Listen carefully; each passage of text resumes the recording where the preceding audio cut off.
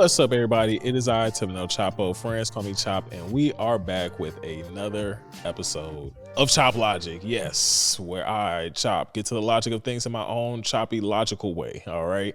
Thank you so much for supporting the show. Also, thank you for coming back for another episode. Be sure to subscribe if you haven't done so already.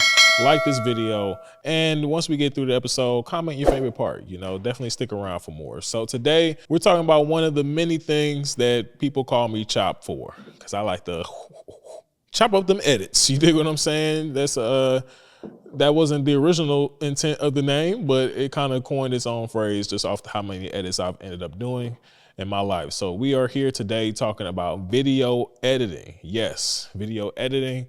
If you do like this video, as we continue to go on, maybe we'll do a part 2 on photo editing, because I could do both. Now, some of the things you want to keep in mind with video editing, first things first, is what you're going to edit on.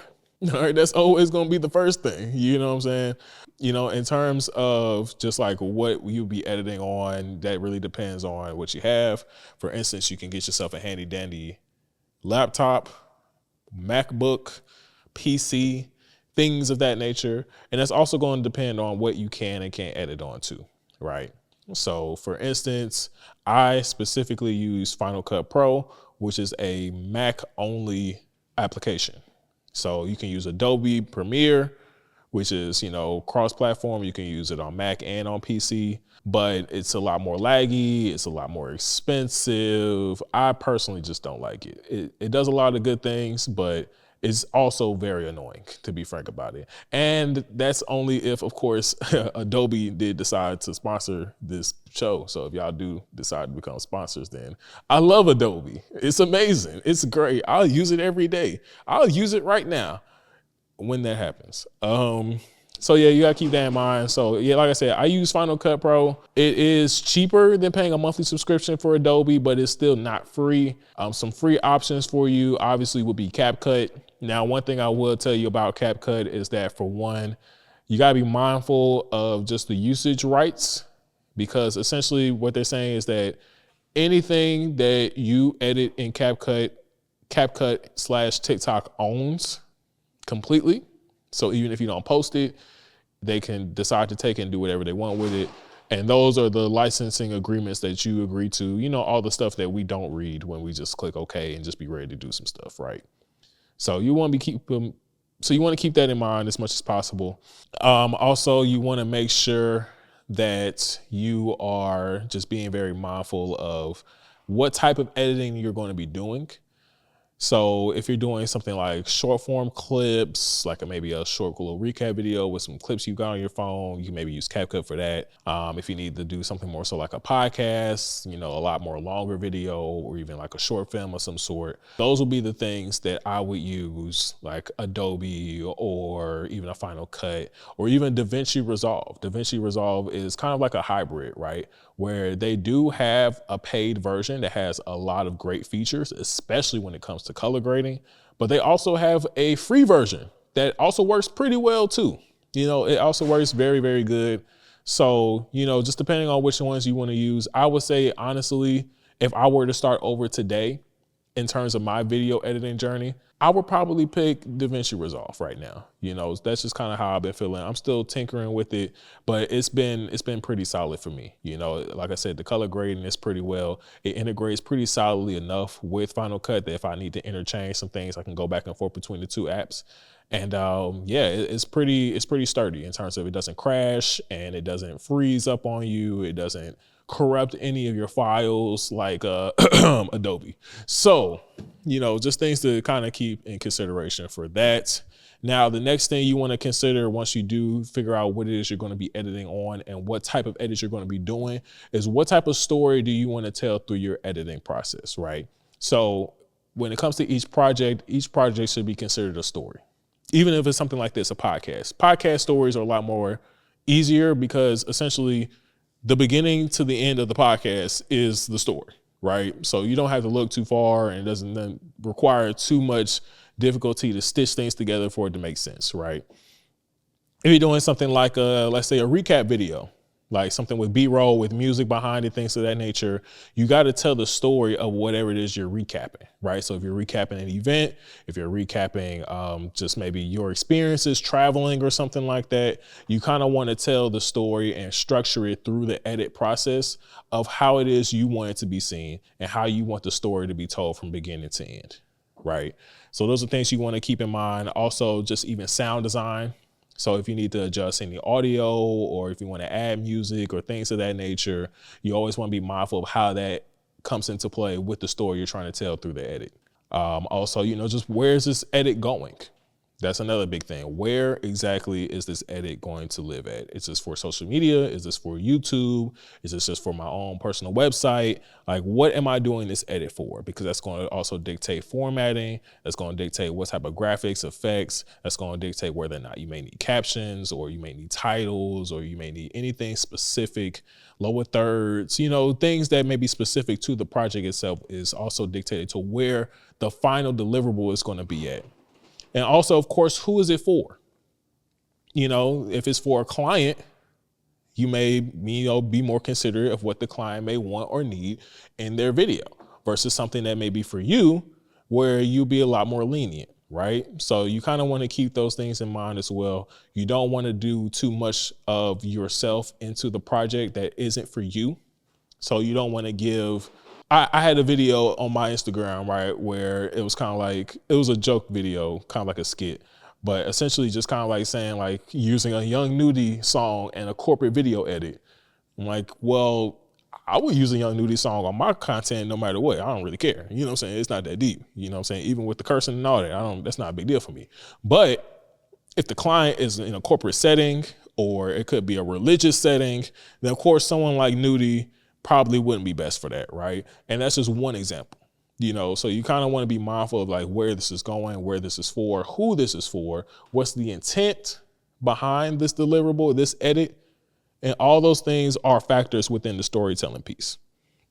So notice we talked about all these things and you say nothing about doing an actual edit yet, right? Because these, again, are the things that you want to consider. Also, what does the footage look like? How was it shot?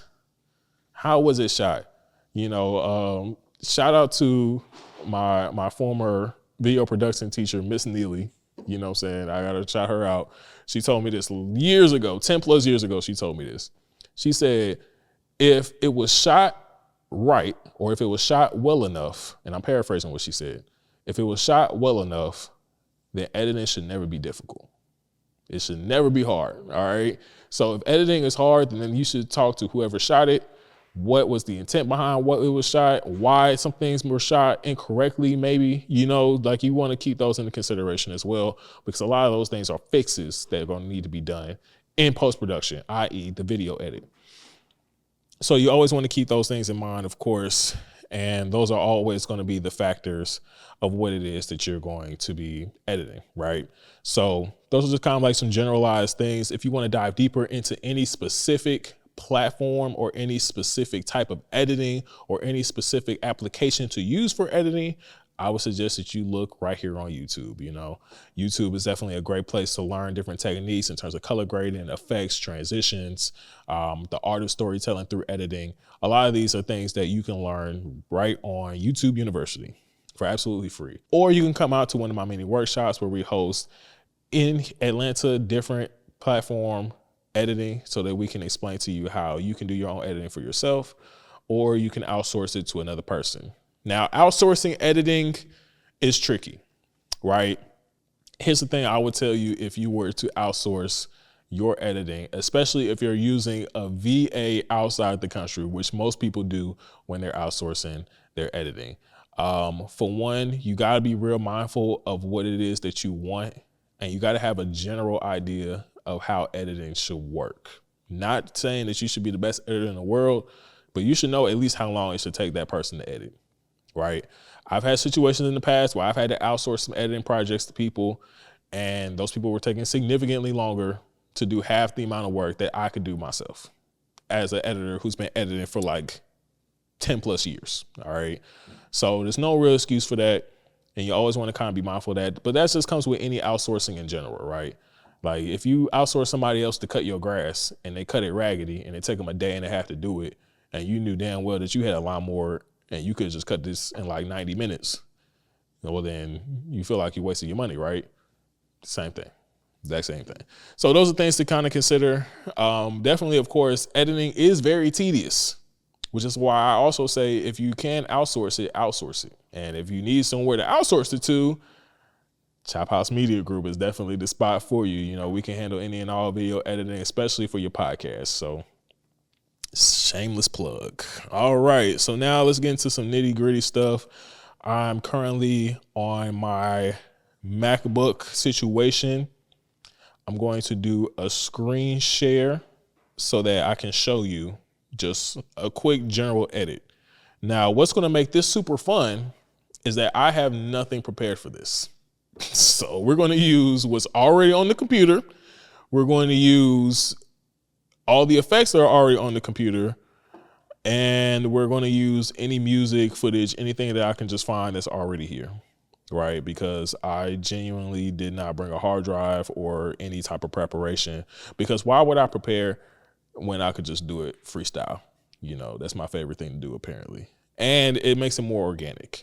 So you won't be looking at me like, oh, he been had that ready. I'm like, no, I didn't have nothing ready. I didn't have it at all. So yeah, let's see how this is going to work as I try to get my screen share up. If you're enjoying this video, also be sure, man, if you learned anything, make sure to comment below. We definitely want to make sure, you know, to get your engagement and get your insights on some practices or some things that you feel have helped you in your editing journey too. So, you know, just kind of make sure to do that as well. All right, so we're adding, funny enough, this recording is going to be added in post as well. So if you can see my screen, you can see currently that I have nothing here, right? So I already have a song. This is from a previous project that I did. I already got the song here on a timeline. You can see the timeline at the bottom. This is Final Cut Pro, to be clear. You know, Final Cut Pro version 11.1.1. Again, we also got CapCut, we got DaVinci Resolve. You know, we just, for the sake of time, this is a lot faster for me to go on here. Right. So you see, we got the timeline at the bottom. We got the viewer in the middle.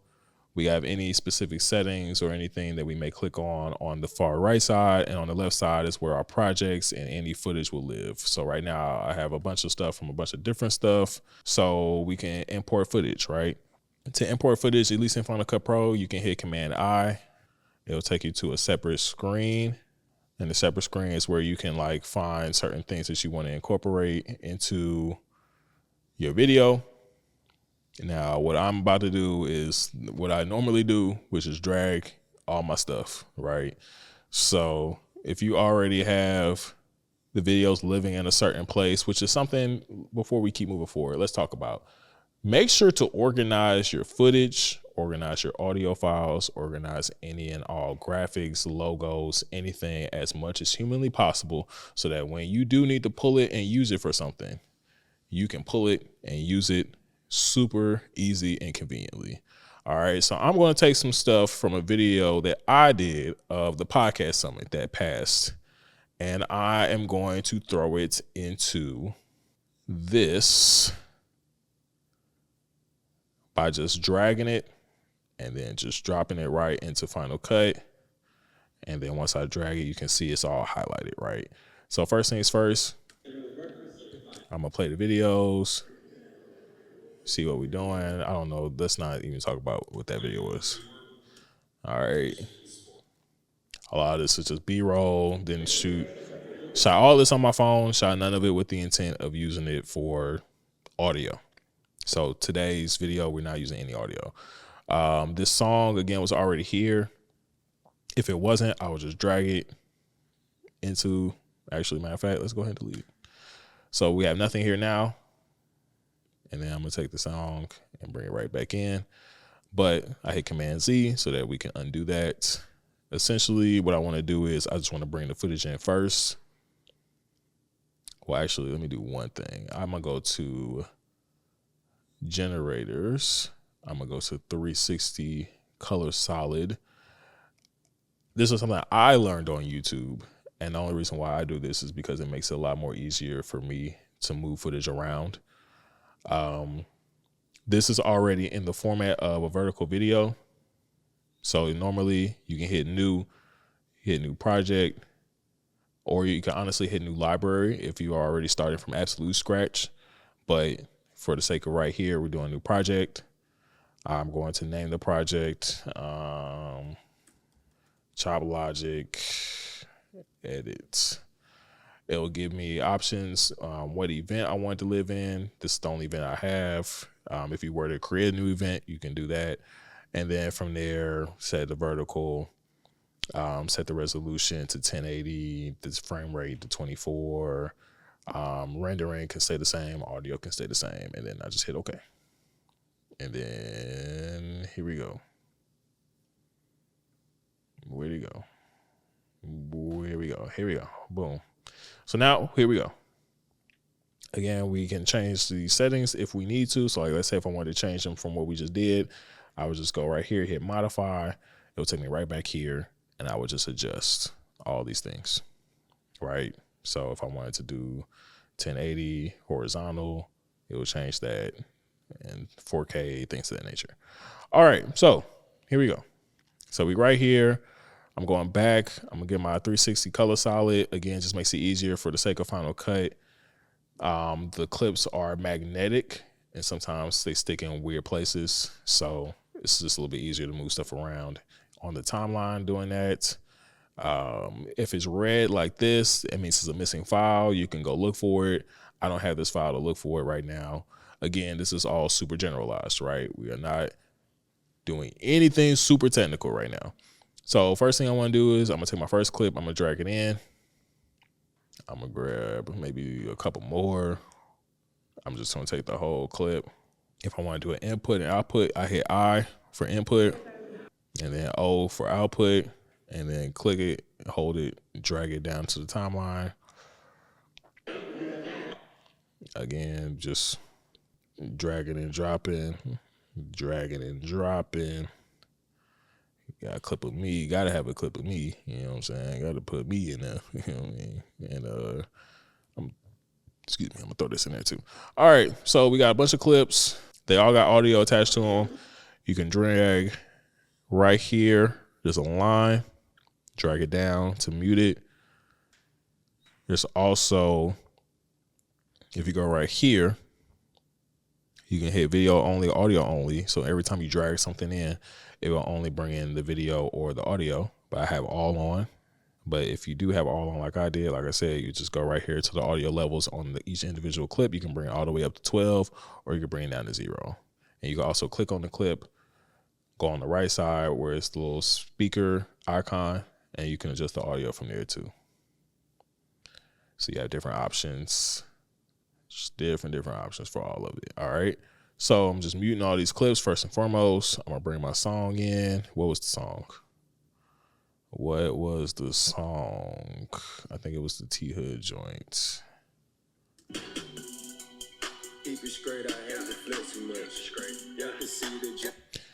Yes, first things first, rest in peace to T Hood. Just want to make sure I say that for the East Side.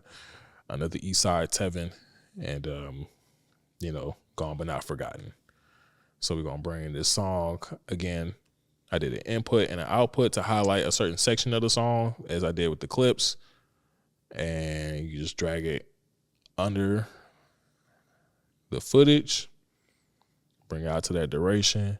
And right now, again, we're doing a super light edit where I'm not even really paying too much mind to how we do it. Like I said, been editing since forever. I'm just dragging and dropping, aligning all my clips together, right? So this is what we got so far.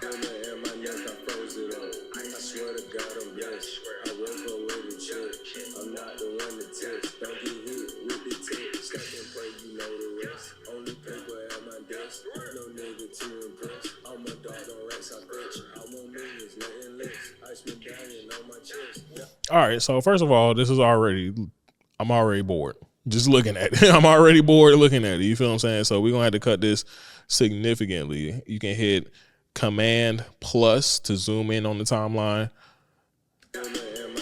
So this is what I'm gonna do. I'm gonna cut this to be way shorter, way more entertaining, add some effects, and it will be done. So rule of thumb for B-roll, especially for a recap video like this, we want everything to be at least 3 to 5 seconds long. All right, I don't want, you know what I'm saying? I don't think we'll get any copyright for this song specifically.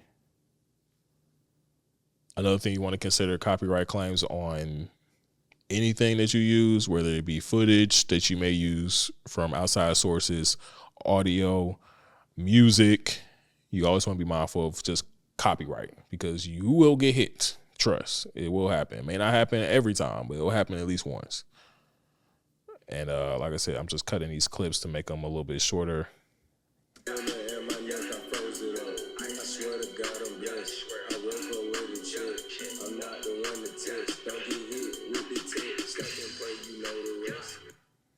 Something like this, right? So if you follow me on Instagram, you've already seen the actual video of this. This is a recreation almost. And right now I'm even to a degree cutting to the beat a little bit more. So just kind of keeping everything together. I don't know what I just did. There we go. So every time he says a line, I'm kind of just, let's cut to another scene.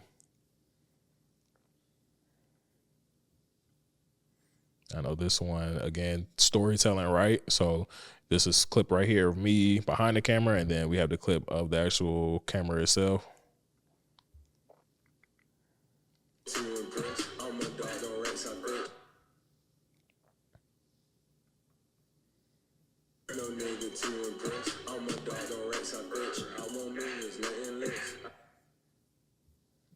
All right, and honestly, we can cut it right there. So I'm gonna bring all this back down, shorten all this up, because we don't want to be here all day. All right, so this is the video so far.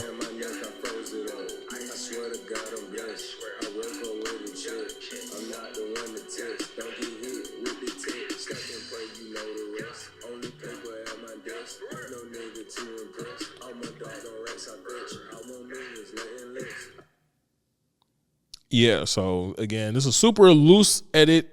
I'm gonna fade the audio, so there's a little button right here on the audio. You can drag it and it will fade. Something like that, right? Super loose edit for the sake of time. And then I'm just gonna throw some effects on some things. So if you click, oh, I think I did that too fast. You'll see right here, you see like if one for effects, and then you'll see one for transitions. So these are gonna be two of your best friends. You can get a lot of free effects and transitions, especially for Final Cut, if you just do a lot of research. If not, you can get it maybe from a third party like Envato Elements or Lenovo effects, or people sell their own effects depending on YouTube. I don't have nothing to sell you unless you want some editing services from Chop House Media Group. So there's that. So I'm gonna hit effects. Boom, I already hit effects. So I took this effect right here, I dragged it into this clip. You can already see it's already changed it. I'm gonna do age film. Let me get that on here. Let me do that too. And so we got 3 effects already hitting it, and then go to my transitions. All right, so also Final Cut and a lot of these other editing platforms, editing suites, have their own built-in effects. I have a lot more than that. So you'll see a lot of effects on mine that you just can't get. All right, well, you can't get immediately. You probably had to buy it from somewhere or get it for free, or do all the things I told you to do. All right, yeah, we're just gonna create the transition. I don't care. All right, and then like I said, just drag it over. Again, this is all for the sake of time, because like I said, this is not a full-blown tutorial. This was just generalized to kind of just show. You can click in between clips and then double click on a transition and it'll pop up. And Yeah, I think we got about one more I'm gonna throw in there. I'm gonna throw that in like the beginning.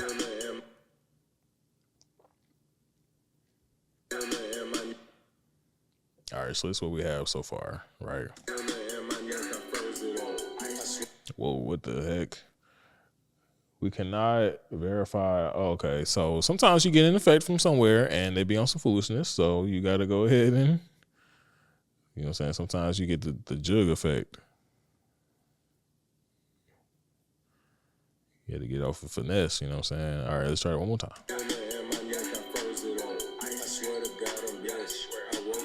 All right, see, they're trying to play me both times. Wow, they really trying to disgrace my whole everything right now, man. That's sick. That's truly sick. There we go, see?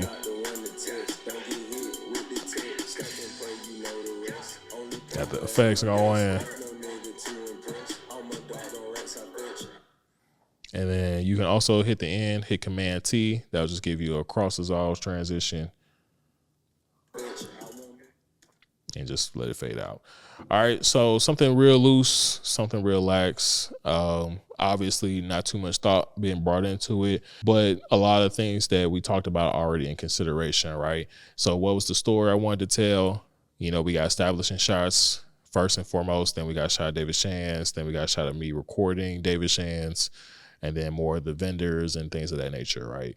So that's kind of like a flow of a story right there. What kind of music we want to use. Again, I just picked something off my computer that was already here, and also just using a different assortment of effects. I wouldn't go too crazy with effects depending on what the project is, but you definitely want to make sure that you have the right effects for the right job. So that's pretty much it on that. We are going to go to break, and from there, we're going to do some trivia. See you there. This video is sponsored by Chop House Media Group. Now listen, podcasting is hard, all right? There's a lot of moving parts to a successful podcast, whether it be the shooting side, the post-production side, the audio mixing and mastering. Just having the right strategy and know how to even get this podcast in the right places and getting it into the right positions to get monetized. And that is where Chop House Media Group helps out at. We have coined the phrase, the podcast in the box, where we pretty much facilitate anything and everything that you need to run a successful podcast, between the production, the post-production, the strategy and tips and tricks that you need to be 1,000% successful in every single aspect of your podcasting career. Now, if you are interested in being a part of this and making sure that you get your podcast to the next level, whether you are just now starting out your podcast or you are already in the podcasting field but want to take it to another level, be sure to hit the link below and schedule your free consultation with us to make sure that we get your podcast up and going further than you can ever imagine. All right, again, thank you to Chop House Media Group for sponsoring this video. Now let's get back to the show. All right, and we're back. So we had the laptop open to do some edits. We're gonna close it right on back because now we got the trivia portion. So yeah, if you don't know how this goes, let me explain it. We usually have my producer Javane, who unfortunately is not here, but we do have my good brother Jason. Jason, say what's up to the people real quick. What's up? All right, he's gonna give me 3 questions related to what we've been talking about. And if I get 2 out of the 3 incorrect, I will have to give you, yes, you, the audience member, a cash prize. Now, to be eligible for the cash prize, first thing first, you gotta be subscribed to the YouTube channel. That's the only way you can get it. Second of all, you gotta like this video. And then third, you gotta comment below your favorite part of this episode. And then we will randomly select someone from the comment section to get the cash prize. If I lose, but I'm not trying to lose because why would I want to lose? All right, so we ready? Yep. Let's do it. So for video editing, Word. which feature allows DaVinci Resolve to stand out in color grading compared to most other editing platforms? Is it built-in animation tools? Is it node-based color correction system? Is it automatic multicam syncing? Or is it AI-generated subtitles? It's gotta be B. All them other ones ain't had nothing to do with color correcting. Yes, sir.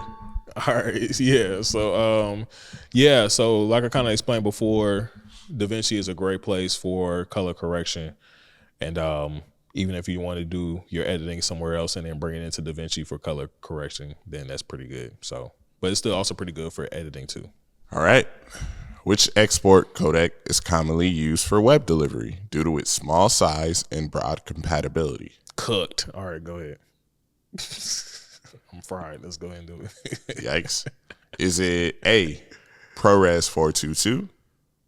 Is it B, H.265? Is it C, DNX HD? Or D, H.264? H.265 and H.264, those are two options? Mm-hmm. Cooked. That's big cooked. We didn't even talk about exporting. Yeah, so using a codec will definitely make the file size smaller. Yeah, we didn't talk about exporting at all. So yeah, when you export, definitely using that would help a lot. I would want to say it's H.265. That's the only thing I export out of, honestly. That is incorrect. What was it? H.264. I knew it was one of them. You should know this. I know I should know this. I knew it. H.264. H.265 is smaller. H.264, but H.265 isn't compatible with everything currently. Yeah, it's not. Yeah, H.264 is compatible, broad compatibility. Oh wow! So now it gets fraud. Wow. Well, call me out. Yeah, man. Honestly, yeah, that's something. Again, that's something I would have got tricked up on. Like if this was school, I would have knew the answer and still got it wrong. So let's go ahead and. So now it's up to this last one. Yeah, the plot thicken and make the stallion in relationship. You feel what I'm saying? All right, let's see. Sir. In most nonlinear editing workflows, which color grading step should come last? Is it A, white balance correction, B, applying a creative LUT, C, matching camera profiles, D, cutting between A roll and B roll? Give me A and B again. A, white balance correction, B, applying a creative LUT. It's got to be B. That's usually my last thing that I do. Is that your final answer? I don't like how you said that, but I'm going to say yeah. That is correct. I was about to say. Because look, yeah, because you want to match multiple cameras like color-wise first. You want to make sure that the white balance is also correct. So in terms of like creative coloring, like a LUT or whatnot, that definitely should be the last thing you do once everything else is already matched and correct and everything. So, ooh, hey, they had me in the first half. I ain't gonna lie. They almost had me, boy. Well, yeah, big shout out to Jason again for coming through and helping out with that. We're gonna go ahead and close this out. So, of course, there's so much more to talk about with video editing and what we were able to do today. Again, this was just a short, brief introduction to it all. Definitely, I would suggest anyone who's interested in it in any capacity, just dive deeper, learn. Don't feel bad if you have to fail through it, because a lot of the time it just takes good practice. Some of the best editing in the world, some of the best editors in the world originated from a good practice. So even with me, I don't expect to know everything. I know enough. I've done this for a very long time. I still learn to this day. So things to consider: definitely take your time, definitely practice, definitely put in the invisible hours, and you'll naturally get better at it every single time. But this has been another episode of Chop Logic. I thank you so much for joining us. Thank you so much for being here. If you hadn't done so already, be sure to subscribe. Be sure to like this video. Be sure to comment below anyway. And I'll catch you next time. Peace.